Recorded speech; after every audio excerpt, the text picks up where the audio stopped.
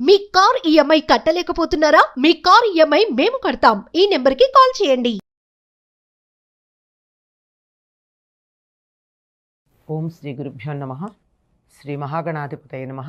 శ్రీమాత్రే నమః. కర్కటే పూర్వఫల్గుణ్యాం తులసీకాననోద్భవాం పాండ్యే విశ్వంభరాం గోదాం వందే శ్రీరంగనాయకీం. నీళాతుంగస్తనగిరితటీ సుప్తముద్బోధ్య కృష్ణం పారార్జం స్వం శృతిశతశిరసిద్ధమధ్యాపయంతి స్వోచ్ఛిష్టాయాం సృజనిగళితం యా బలాత్కృత్య భుంక్తే గోదా తస్యై నమ ఇదమిదం భూయ ఏవాస్తు భూయః. శ్రీ భూనీలా సమేత గోదారంగనాథ స్వామినే నమః. மார்கழித்திங்கள் மதி நிறைந்த நாளால் நீராடப் போதுவீர் போதுமினோ நேரிழை ஈர் சீர்மல்குமாயிப்பாடிச் செல்வச் சிறுமீர்காள் கூர்வேல் கொடுந்தொழிலன் நந்தகோபன் குமரன் ஏறார்ந்த கண்ணியசோதை இளச்சிங்கம் கார்மேனிச்செங்கண் கதிர் மதியம்போல் முகத்தான் நாராயணனே நமக்கே பழைதருவான் பாரோர் புகழப் படிந்தேலோ రెంబావాయ్. గోదాదేవి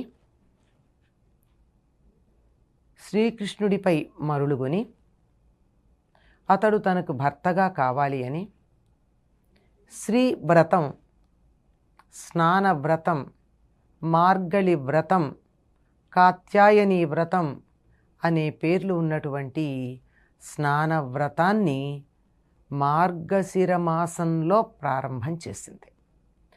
తండ్రి నుండి కాత్యాయని వ్రతాన్ని ఉపదేశంగా పొందినటువంటి గోదాదేవి తనని తాను గొల్లపడుచుగా, తన చెలులందరినీ గొల్లపడుచులుగా భావన చేసి తత్సంబంధమైన వేషధారణాధికాలు, భాష ఆ విధంగానే మలచుకుని ఎటువంటి కల్మషము లేనటువంటి అమాయకపు గొల్ల పిల్లలాగా కృష్ణుణ్ణి చేరుకోవడానికి ప్రయత్నం చేస్తూ చెలులందరినీ కూడా తనతో పాటుగా స్నానానికి రమ్మని నిద్రలేపుతూ ఉన్నది.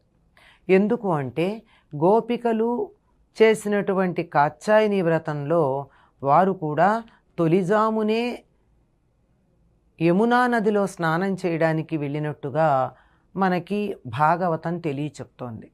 కనుక తాను కూడా ఆ విధంగా స్నానం చేయడానికి వెడుతూ అక్కడ కూడా గోపికలందరూ కలిసి చేశారు. విడిగా ఒక్క గోపిక వెళ్ళలేదు. కనుక తాను కూడా తన చెలులందరినీ కూడా రమ్మని చెప్తోంది. ఇది ఏమంటోంది? మార్గళి తింగళ్, ఇది మార్గశీర్షమాసంలో వెన్నెల నిండిన మంచి రోజు.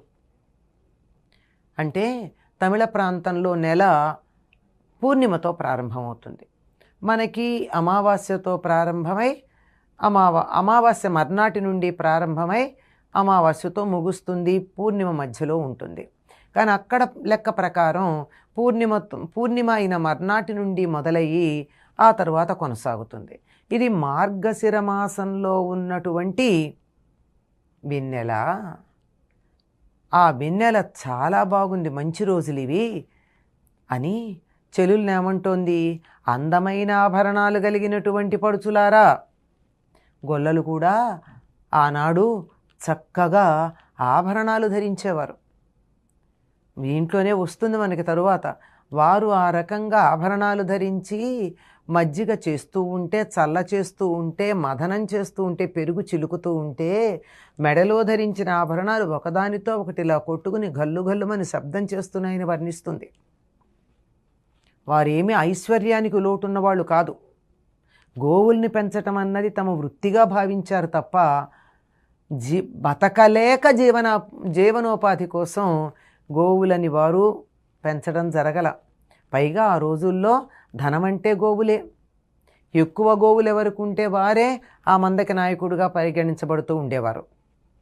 కనుక మంచి మంచి ఆభరణాలు ధరించినటువంటి అందమైన ఓ పడుచులారా, ఐశ్వర్యం నిండిన రేపల్లెలో సంపదలతో తొలతూగుతున్న బాలికల్లారా, అక్కడ ఎలా ఉంటుందో రేపల్లెలో అసలు సంపద అంటే అక్కడ చూడాలి. అంత బాగా సంపద ఉంది. ఆ సంపదతో తొలతూగుతున్నారు మీరు. మార్గశిర స్నానం చేయాలని మీకుందా? ఉంటే రండి మీరు నాతో. నీరాడపోదు వీర్, స్నానం చేయడానికి వెడుతున్నాను రండి. మీరంతా నాతో పాటు రండి, ముందు నడవండి. మంచి ఎందుకు మనం స్నానం చేయాలి? ఇంతకుముందు రోజు చెయ్యట్లేదా? ఇళ్లల్లో స్నానం చేయలేదా? మార్గశిర మాసం వచ్చేదాకా వీడు స్నానం చేయకుండా ఉన్నారా? కాదు. ఇప్పుడెందుకంటే ఈ స్నానానికి ప్రత్యేకత, మనం మామూలుగా ఇంట్లో నిత్యం మలాపకృష్ణ స్నానం చేస్తాం, ఒంటి మీద ఉన్న మట్టి పోవడానికి స్నానం చేస్తాం. కానీ అదే నదుల్లోనూ లేదా ప్రత్యేకమైనటువంటి సమయాల్లో పుష్కరాలు మొదలైనవి చేసేప్పుడు ఏం చెప్తాం?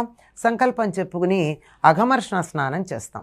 మనమంతా అట్లాగే చేయాలనుకుంటున్నాం. ఎందుకు అంటే మంచి వేలాయుధం దాల్చినటువంటి కృష్ణుడికి ఏ విధమైన ఆపద రాకుండా కాపాడుతున్నటువంటి శ్రీ నందగోపుని యొక్క కుమారుడైన, అంటే నందుడు వేలాయుధం ధరిస్తాడు. ఎందుకు? తన కుమారుడైనటువంటి బాలుడికి, తన కొడుకుకి ఎటువంటి ఆపద రాకుండా చేతిలో ఎప్పుడు ఆయుధం ధరించుంటాడు. అందమైన కండ్లతో అలరారుతున్నటువంటి యశోద, ఆ యశోదకిన బాలసింహం, ఇళైచ్చింగం అంటే చిన్న కొమరు, సింహకిశోరం. ఈయన సింహకిశోరం, ఆవిడ యశోద పెద్ద పెద్ద కళ్ళుండి అందమైన కళ్ళున్నాయి ఆవిడికి. అలా పైగా ఈయన ఎట్లాంటి వాడు?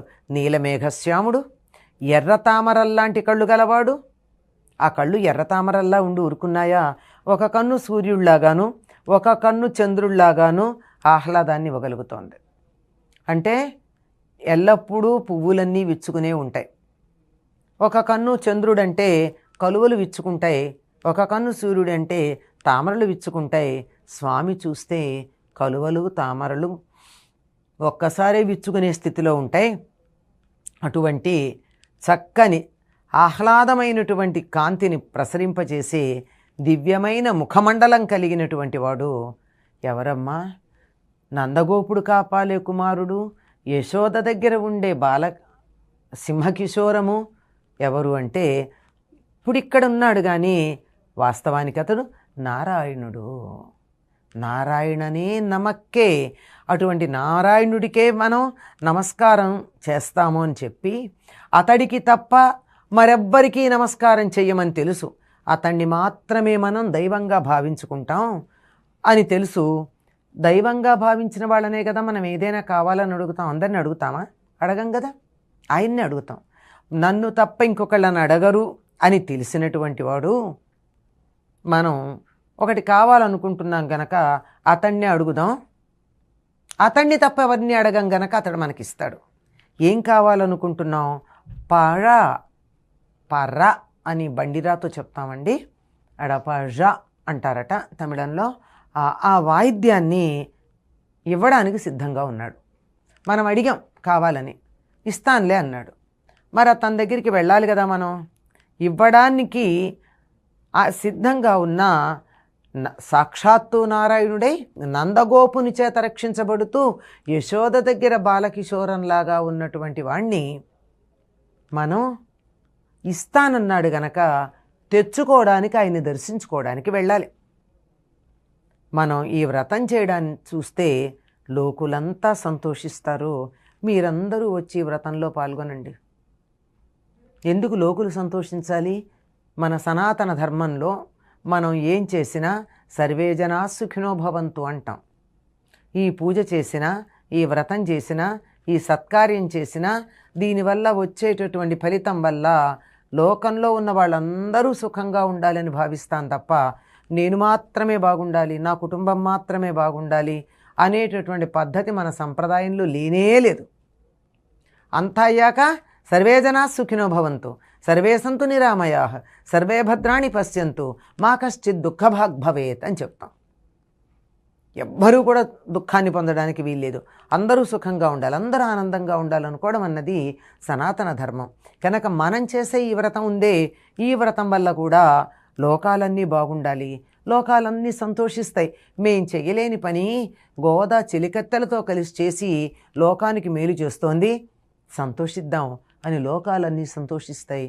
మీరందరూ నాతో స్నానం చేయడానికి రండి అంది. ఎందుకంటే దైవాన్ని దర్శించుకోవడానికి చక్కగా స్నానం చేసి వెళ్ళాలి, కానీ ఉన్నవాళ్ళు ఉన్నట్టుగా వెళ్ళకూడదు కదా. స్నానం చేద్దాం రమ్మని చెప్తోంది. ఈ స్నానం ఎటువంటిది అంటే ఒక్కొక్క సందర్భంలో ఆ స్నానం యొక్క విశేషం మనకి తెలియజెప్తూ ఉంటారు. ఇది గోదాదేవి మొట్టమొదటి రోజున చెల్లులందరినీ నిద్ర లేపుతూ వ్రతం చేయడానికి రమ్మని పిలుపు ఇచ్చినటువంటి పాశురం. స్వచ్ఛిష్టమాలికా బంధ గంధబంధురజిష్ణవే విష్ణు చిత్తతనూజాయై గోదాయై నిత్యమంగళం.